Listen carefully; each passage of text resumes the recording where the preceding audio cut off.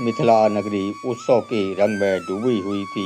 महाराजा जनक के राजमहल में चारों ओर हर्ष और उल्लास का वातावरण था। अभी अभी भगवान श्री राम ने भगवान शिव के दिव्य धनुष को उठाकर उस पर प्रत्यंचा चढ़ाने का प्रयास किया था और उसी क्षण वह महान धनुष भयंकर गर्जना के साथ दो टुकड़ों में विभक्त हो गया। उस अद्वैत ध्वनि से संपूर्ण पृथ्वी, आकाश और दिशाएं गूंज उठी। देवताओं ने पुष्प वर्षा की और ऋषि मुनि भगवान श्री राम के पराक्रम की प्रशंसा करने लगे। माता सीता ने प्रसन्न मन से श्री राम के गले में विजय माला डाल दी, किंतु उसी समय महेंद्र पर्वत पर तपस्या में लीन भगवान परशुराम ने उस धनुष भंग की भीषण ध्वनि सुनी। उनके नेत्र क्रोध से लाल हो उठे। उन्होंने अनुभव किया कि उनके आराध्य भगवान शिव के धनुष का अपमान हुआ है। क्षण भर में वे अपने फरसा और दिव्य धनुष बाण धारण कर मिथिला की ओर चल पड़े। सभा के बाहर लोगों में भय व्याप्त हो गया। देखो, भगवान परशुराम आ रहे हैं। वे अत्यंत क्रोधित दिखाई दे रहे हैं। क्या वे पुनः क्षत्रियों का संहार करेंगे? यही बातें आपस में लोग कानाफूसी कर रहे थे। एक दूसरा बोला, नहीं, उन्होंने देवराज इंद्र को वचन दिया है कि अब वे क्षत्रियों पर शस्त्र नहीं उठाएंगे। फिर भी उनका क्रोध अत्यंत भयंकर है। सभी राजा और ऋषि उनका सम्मान करने के लिए खड़े हो गए। राजकुमार चित्रसेन आगे बढ़े। भगवान, मैं उग्रसेन का पुत्र चित्रसेन आपको प्रणाम करता हूँ।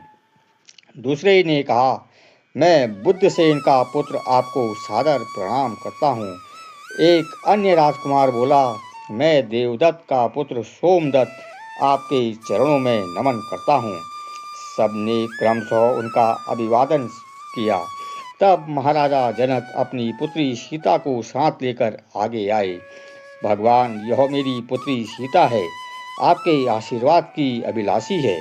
परशुराम ने करुणा दृष्टि से सीता की ओर देखा और बोले, सौभाग्यवती भव। फिर उन्होंने जनक की ओर देखा।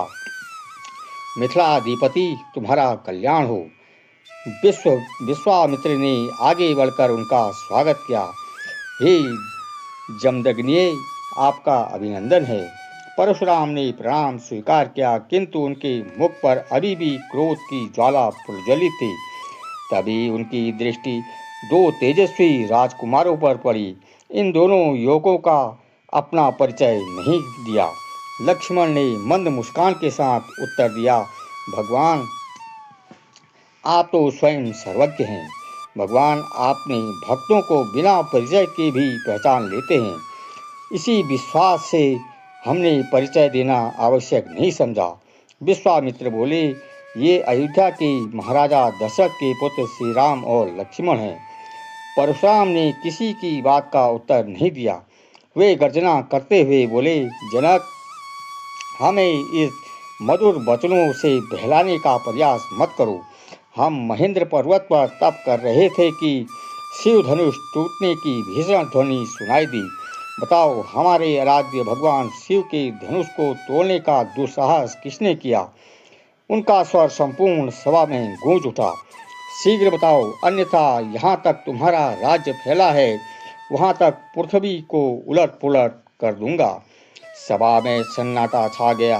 तभी श्री राम शांत स्वर में आगे बढ़े। भगवान, हे प्रभो, शिव धनुष को तोड़ने का साहस तो आपका दास ही कर सकता है। यदि कोई अपराध हुआ है तो मैं आपके सम्मुख उपस्थित हूँ। परशुराम का क्रोध और प्रचंड हो गया। सेवक वही है जो सेवा करे, जो शत्रुता करे वह शत्रु कहलाता है। जिसने शिव धनुष तोड़ा है वह मेरे लिए सहस्त्र बाहु के समान अपराधी है। उन्होंने सभा की ओर देखा और कहा, जिसने यह अपराध किया है उसे तत्काल मेरे सामने प्रस्तुत करो, अन्यथा यहाँ उपस्थित किसी भी राजा का जीवन सुरक्षित नहीं रहेगा। इतने में लक्ष्मण आगे बढ़े। वे मुस्कुरा कर बोले, एक धनुष टूट जाने पर इतना क्रोध किस बात का? प्रभो, बचपन में तो हमने अनेक धनुष तोड़ दिए थे, तब किसी ने इतना रोष नहीं किया। परशुराम की आंखों में अग्नि धधक उठी। अरे मूर्ख, विश्वविख्यात शिव धनुष की तुलना बच्चों के खिलौनों से करता है?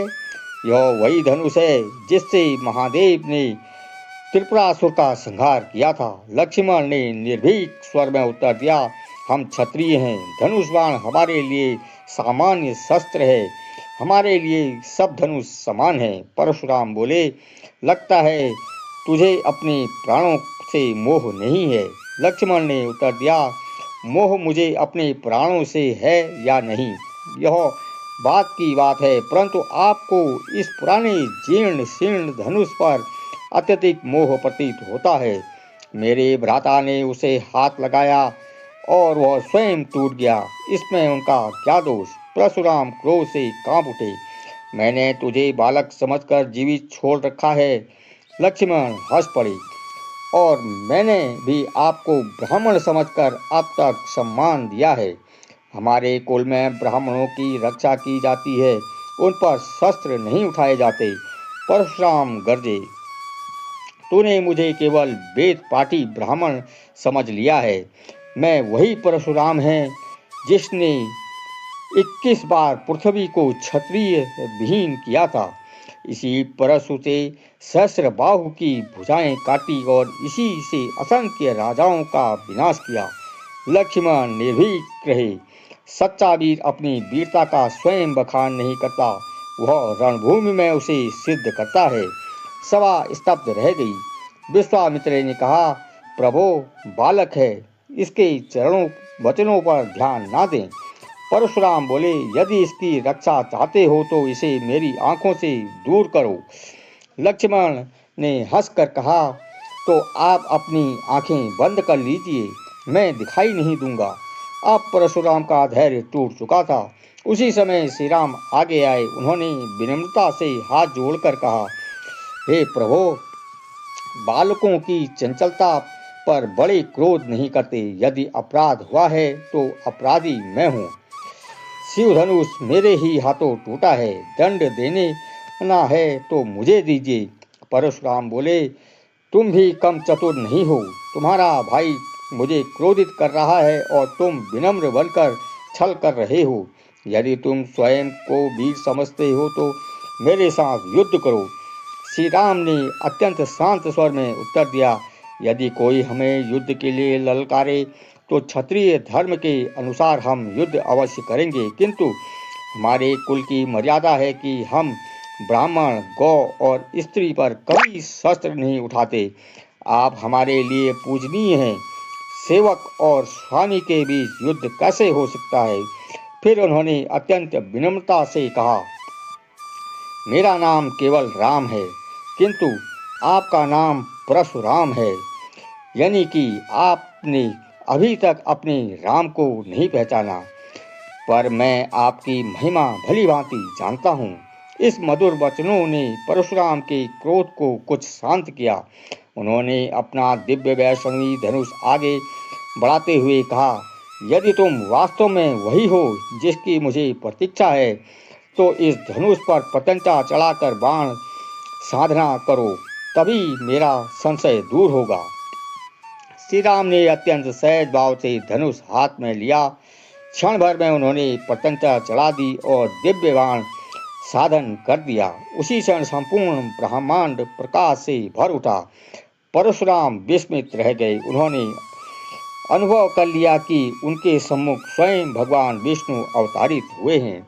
श्री राम बोले, प्रभो, यह वैष्णव बाण कभी निष्फल नहीं जाता, किंतु आप ब्राह्मण हैं और गुरु विश्वामित्र के संबंधी भी हैं, इसलिए मैं इसे आप पर नहीं छोड़ सकता। बताइए इसका लक्ष्य क्या हो?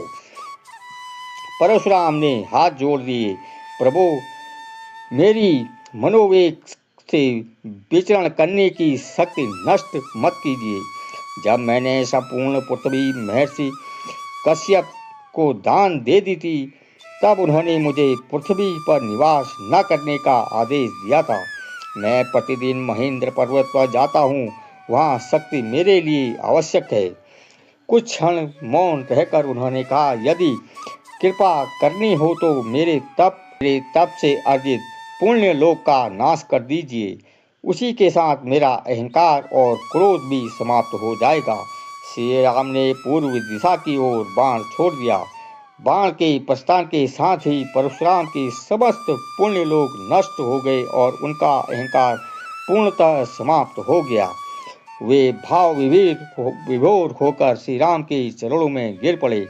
प्रभु, अब मैं आपको पहचान गया हूँ। आप स्वयं श्री हरि विष्णु हैं। मेरी परीक्षा पूर्ण हुई, मेरी भूल क्षमा करें। श्री राम ने उन्हें उठाकर हृदय से लगाया। परशुराम ने महाराजा जनक से कहा, राजन, तुम्हारे अनंत पुण्यों का फल है कि स्वयं श्री राम तुम्हारे भवन में आए हैं। यह विवाह स्वयं ब्रह्मा द्वारा भगवान शिव की आज्ञा से पुनर्निर्धारित है। अब विलंब मत करो, अत्यंत धूमधाम से सीता और राम का विवाह संपन्न कराओ, यही सबका कल्याण है। इतना कहकर भगवान परशुराम ने श्री राम को प्रणाम किया, समस्त सभा को आशीर्वाद दिया और पुनः महेंद्र पर्वत की ओर प्रस्थान कर गए। उनके जाते ही मिथिला में पुनः मंगल ध्वनियाँ गूंज उठी। देवताओं ने पुष्प वर्षा की, ऋषियों ने वेद घोष किए और संपूर्ण जन समुदाय जय श्री राम के उद्घोष से आकाश गुंजायमान करने लगा। यहीं से श्री राम और माता सीता के दिव्य विवाह की तैयारियां प्रारंभ हुई, जो आगे चलकर सनातन धर्म के इतिहास का एक अमर और पावन अध्याय बना। तो दोस्तों, यह थी आज की वीडियो। आपको कैसी लगी हमें कमेंट बॉक्स में ज़रूर बताइए। अगर आपको हमारी यह वीडियो पसंद आई है तो इसे लाइक करें, चैनल को सब्सक्राइब करें। लेते हैं आपसे विदा। जय श्री राम, हर हर महादेव।